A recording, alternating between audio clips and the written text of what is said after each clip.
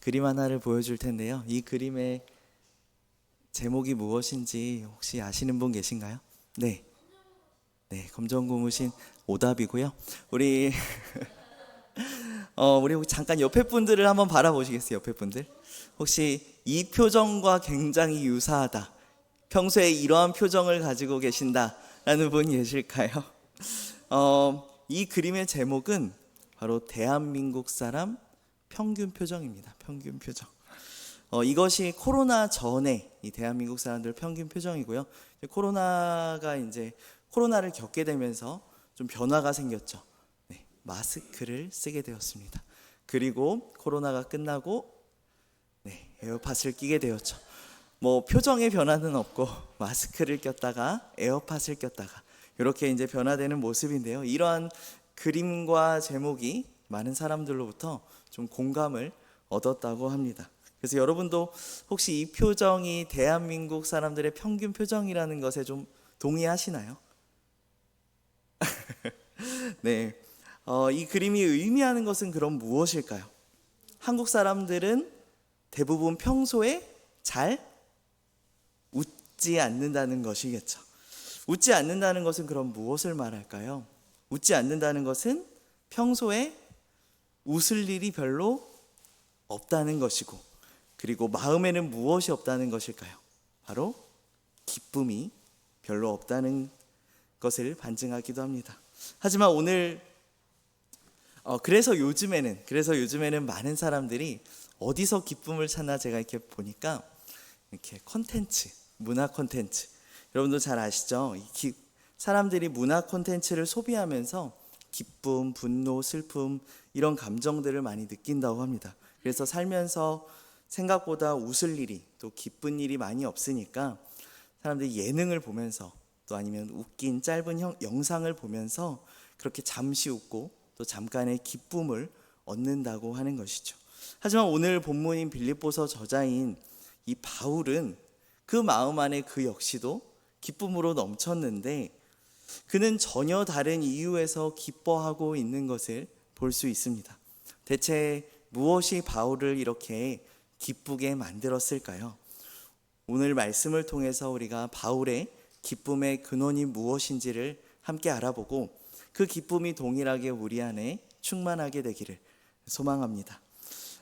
빌립보 교회는 이 바울의 2차 전도 여행 때, 우리가 계속 사도행전 보면서 잘 알고 있죠. 2차 전도 여행 때 세워진 교회이고, 유럽, 이 마게도냐의 최초로 세워진 교회입니다. 이 바울이 로마 감옥에 갇혀 있는 상태에서 빌립보 교인들에게 쓴 편지가 바로 이 빌립보서이죠. 그래서 빌립보서는 우리가 많이 들어봤던 것처럼 옥중서신이라고도 하고, 또 다르게도 표현하는데요, 바로 기쁨의 서신이라고도 불리기도 합니다. 왜 기쁨의 서신일까요? 감옥, 기쁨, 뭔가 잘 어울리지 않는 조합인데 왜 기쁨의 서신이라고 불릴까요? 그 이유는 이 빌립보서가 전체가 4장으로 되어 있는데, 이 편지에 기쁨이라는 단어가 무려 14번이나 등장을 하기 때문입니다. 그래서 빌립보서의 분위기를 2글자로 표현하면은 기쁨이 되겠죠. 그렇다면 바울은 여러분들 뭐가 그렇게 기뻐서 이 기쁨이란 단어를 14번이나 사용을 했을까요? 혹시 지금 바울의 일이 잘 풀리거나 지금 바울의 상황이 좀 개선되거나 더 좋아져서일까요? 기쁨으로 가득 찬 이 편지를 쓰고 있는 이 바울의 상황, 어떤 상황인지 우리가 잠시 살펴보기 원합니다. 여러분들 조금 전에 이야기했던 것처럼 바울은 지금 어디에서 이 편지를 쓰고 있습니까? 바울이 어디에서 지내고 있나요?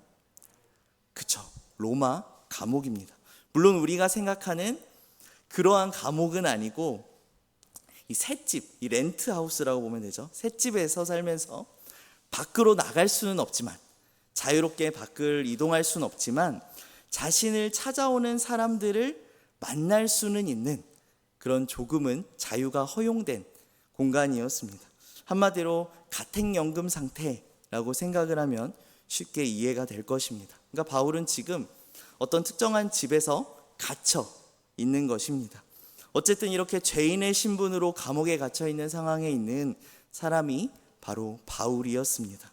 그런데 바울은 이 감옥에 갇혀 있는 이 상황에서 기쁨의 이유를 찾는 놀라운 모습을 보여주고 있습니다. 우리 본문 12절, 우리 성경에서 본문 12절을 다 함께 읽도록 하겠습니다. 시작. 형제들아, 내가 당한 일이 도리어 복음 전파의 진전이 된 줄을 너희가 알기를 원하노라. 여러분, 12절에서 말하는 내가 당한 일은 어떤 일일까요? 내가 당한 일은 바로 죄수로서 로마에 끌려와서 감옥에 갇힌 상태, 자유가 없이 바로 속박된 상태, 이 일을 당했다고 말하는 것입니다. 그런데 이 일로 인해서 어떻게 되었다고 했죠? 도리어 복음 전파하는 데 도움을 주었다라고 바울은 말하고 있습니다. 감옥에 갇혀 있는 이 상황이, 지금 자유가 없고 어떤 특정한 집에 갇혀 있는 이 상황이 오히려 복음을 더 널리 전파하는 데 도움이 되었다라는 의미입니다. 어떻게 그럴 수 있었을까요? 밖이라서 못 나가지만 이 바울을 찾아오는 사람은 어떻게 할 수 있다고 했었죠? 찾아오는 사람은 만날 수 있다고 했었죠. 그래서 가택연금 상태라고 조금 전에 말씀드린 것처럼 바울은 밖으로 나가서 이 전도 활동을 당시에 하지는 못했어도 2년 동안, 이 감옥에 갇혀 있는 2년 동안 자신을 찾아오는 사람들을 계속해서 영접하면서 그들에게 쉬지 않고 복음을 전할 수 있었던 것입니다. 그렇기 때문에 이렇게 복음이 전하여졌고, 이뿐 아니라 본문 13절을 보면 자신을 찾아오는 사람들 뿐만 아니라 누구에게까지 이 복음이 전해졌다고 말씀합니까? 13절 같이 읽어볼까요? 준비 시작. 이러므로 나의 매임이 그리스도 안에서 모든 시위대 안과 그 밖의 모든 사람에게 나타났으니, 모든 시위대까지 라고까지 복음이 전해졌다라고 말씀하고 있습니다. 즉, 이 모든 시위대라는 것은 궁을 지키는 이 황제의 친위대, 로마 군대라고 볼 수 있습니다. 그런데 이 사람들에게까지 지금 복음을 전할 수 있었다라고 말씀합니다. 바울은 이렇게 수감된 상태에서 계속 감시를 받고 있었습니다. 비록 들어오는 사람, 자신을 찾아오는 사람과 만날 수는 있었지만 바울은 계속적으로 감시를 당하고 있었고, 그러니까 보초를 서고 있는 것이죠. 이 감시하는 사람들은 그러면 24시간을 어떻게 감시할까요? 근무를 어떻게 해야 될까요? 교대 근무를 해야겠죠. 그래서 감시하는 자들이 교대로 돌아가면서 이 집에서 갇혀 있는 바울을 지키고 있었을 것입니다. 이런 과정 가운데 이 로마 병사들은 바울과 접하면서 바울에게로부터 무엇을 들은 것인가요? 바로 복음을 들은 것이죠. 그렇게 해서 바울은 이 로마 병사에게까지 복음을 전하게 됩니다. 그리고 더 나아가서 이 빌립보서 4장 22절을 보니까 이 로마 병사뿐만 아니라 가이사의 집의 사람들에게까지 복음이 전해졌다라고 말씀하는 것을 볼 수 있습니다. 우리 빌립보서 4장 22절을 같이 읽겠습니다. 준비 시작. 모든 성도들이 너희에게 문안하되 특히 가이사의 집 사람들 중 몇이니라. 이 바울은 4장에서 마지막 인사를 전하면서 성도들에게 이제 마지막 문안 인사를 하는데요. 그 중에서도 특별히 지목한 사람들이 있는데 바로 이 가이사의 집 사람들이었습니다. 그럼 가이사의 집안 사람들은 누구를 말하는 것일까요? 바로 로마 황제인 이 가이사의 궁에 있던 사람들을 말하겠죠. 이것은 바울이 죄인의 신분으로 갇혀 있으면서도 그곳 사람들에게까지 예수 그리스도를 전할 수 있었다. 그리고 바울의 복음 전파로 인해서 이들에게까지 복음이 들려질 수 있었다라는 것을 의미하는 것입니다. 이렇게 바울은 비록 내가 죄인의 신분으로 감옥에 갇혀서 제한된 자유를 누리고 있지만 이로 인해서 로마 사람들뿐만 아니라 로마 병사들 그리고 가이사 궁에 있는 사람들에게까지도 복음을 널리 전할 수 있음에 정말 기뻐하고 또 그로 인해서 감사하고 있는 것입니다.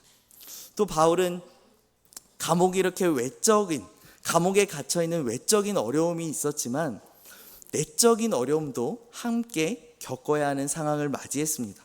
여러분들, 바울이 겪었던 또 다른 어려움, 그건 무엇일까요?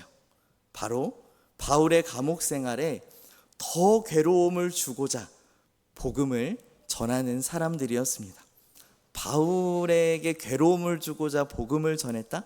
이게 좀 이해가 안 되실 수 있는데, 이들은 바울에게 시기심을 느꼈고 그들은 그래서 이기적인 동기와 이 바울을 괴롭힐 생각으로 그리스도를 전파했습니다. 그래서 바울이 이 소식을 감옥에서 듣게 된 것이죠. 본문 17절입니다. 그들은 나의 매임에 괴로움을 더하게 할 줄로 생각하여 순수하지 못하게 다툼으로 그리스도를 전파하느니라. 어떤 사람들은 이 순수한 마음과 진실된 동기로 정말 영혼을 사랑하는 마음으로 복음을 전하지만 어떤 사람들은 그렇지 않았다는 것입니다.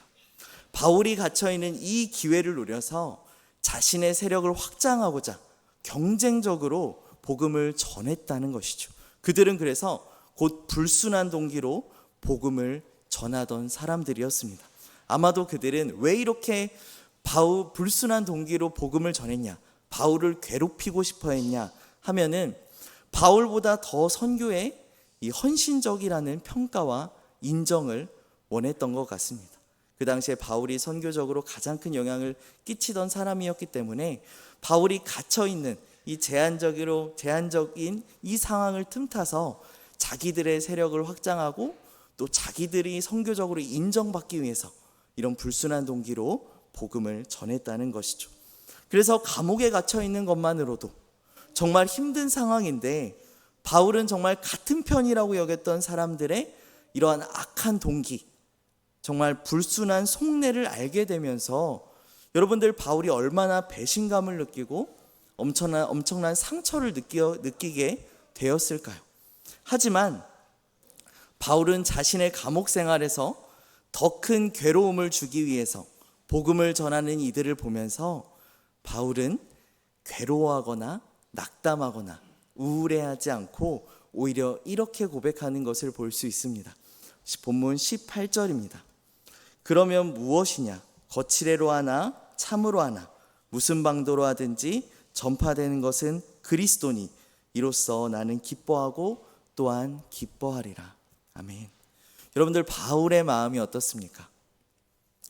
기쁨이죠. 기뻐하고 또 기뻐한다라고 바울은 고백하고 있습니다. 바울은 이유야 어떻든 내가 지금 외적으로 어려움을 겪고 또 내적인 어려움을 겪고 아픔이 있더라도 사람들을 통해서 복음이 곳곳에 전해지고 있다면, 복음이 전해지고 실제로 있기 때문에 남들이 자신을 비방하든 시기하든 그건 중요하지 않다. 오직 주님의 복음이 전파된다면 그것으로 나는 기쁘고 그것으로 나는 만족한다라고 바울은 말하고 있는 것입니다. 여러분, 그럼 바울의 기쁨의 이유, 바울의 기쁨의 원인은 한마디로 무엇이겠습니까?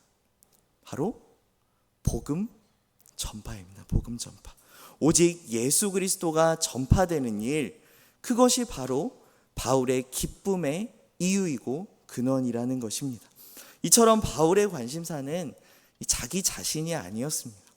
바울은 자신의 생애, 자신의 삶에 애착을 갖기보다는 예수 그리스도를 더욱 귀하게 여기는 사람이었습니다.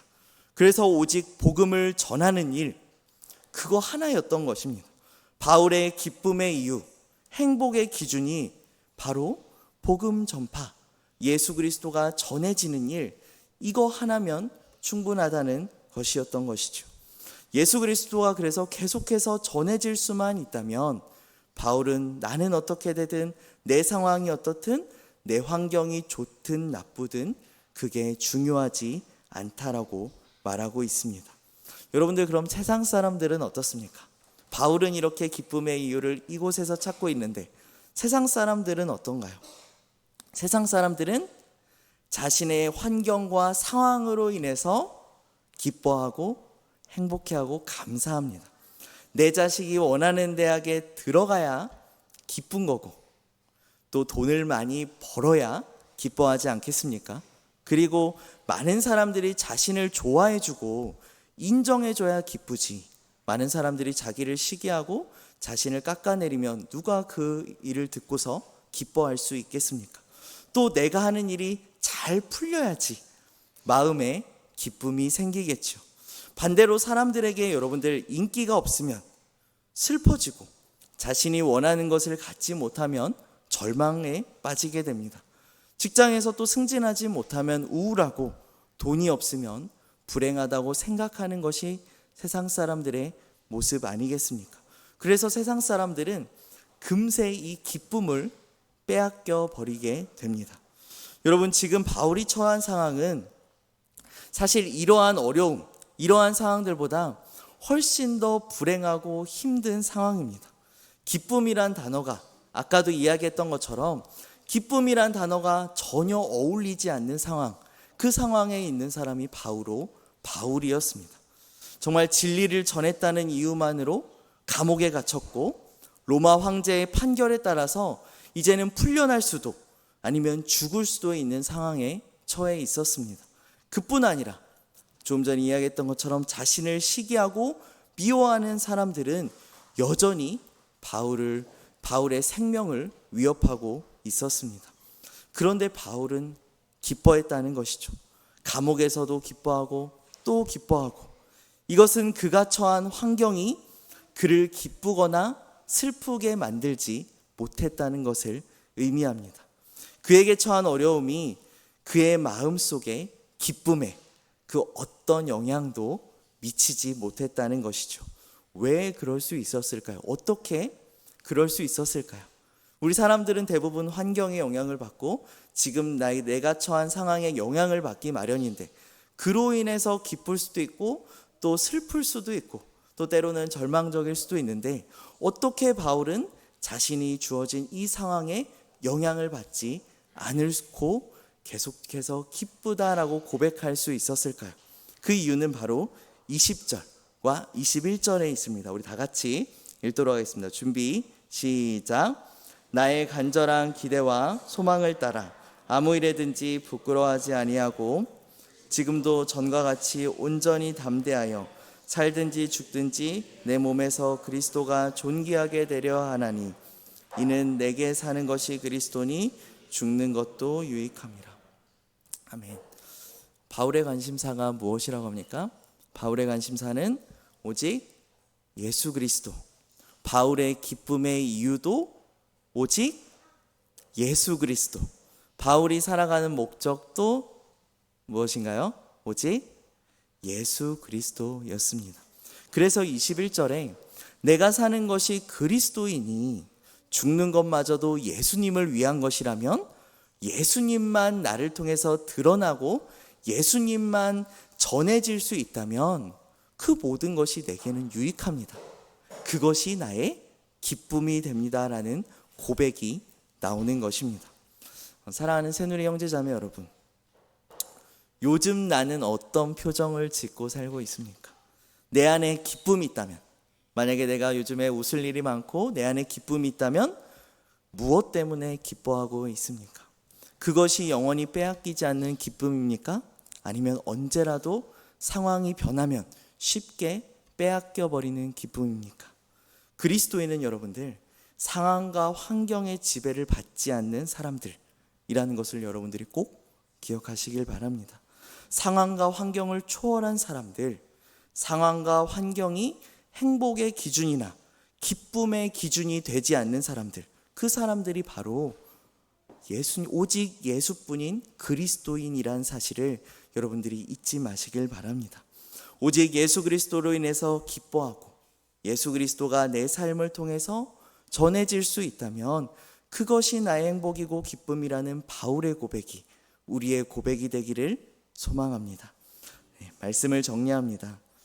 세상의 많은 사람들이 지금도 여전히 경기 침체로 인해서 또 승진이 안 돼서 또 주식이 잘 안 오르죠. 주식이 안 오르고 집값은 떨어지고 또 때로는 또 내 외모가 마음에 안 들기도 하고 하는 일이 잘 안 풀리기도 하고 또 뭘 해야 되는데 돈이 부족하기도 하고, 그 외에 여러 주어진 많은 환경들로 인해서, 상황들로 인해서 아까 보셨던 그 표정처럼 기쁨을 상실한 채 살아가고 있습니다. 하지만 여러분들, 우리는 달라야 합니다. 우리는 세상 사람들과의 기쁨의 이유, 세상 사람들과는 기쁨의 이유, 가치관, 행복관이 다르기 때문에 우리는 세상 사람들과 달라야 해요. 주어진 현실이 어떠하든, 우리에게 주어진 상황이 어떠하든 20절의 바울의 고백처럼 나를 통해서 그리스도가 드러날 수만 있다면, 복음이 전해질 수만 있다면 그것이 나의 기쁨이 되어야 하고 그것이 나의 행복의 이유가 되어야 합니다. 여러분들, 그것이 은혜이고 그것이 성공한 인생인 줄 믿습니다. 바울의 기쁨의 근원이 오직 예수 그리스도였던 것처럼 동일한 사랑과 은혜를 입은 우리 역시 오직 예수로 인해서 기뻐하고 또 기뻐하시기를 바랍니다. 그래서 남은 한 주도 우리가 처한 환경과 상황에 슬퍼하거나 낙담하지 마시고 오직 예수 그리스도 안에서 기뻐하고 행복한 매일이 되기를 소망합니다. 그리고 우리의 작은 행동과 말을 통해, 또 우리의 표정과 또 미소를 통해 살아계신 예수 그리스도께서 존귀함을 받고, 또 우리를 통해서 그분이 전해지는 그 복음의 역사가 우리 삶 가운데 있기를 주님의 이름으로 간절히 축원합니다.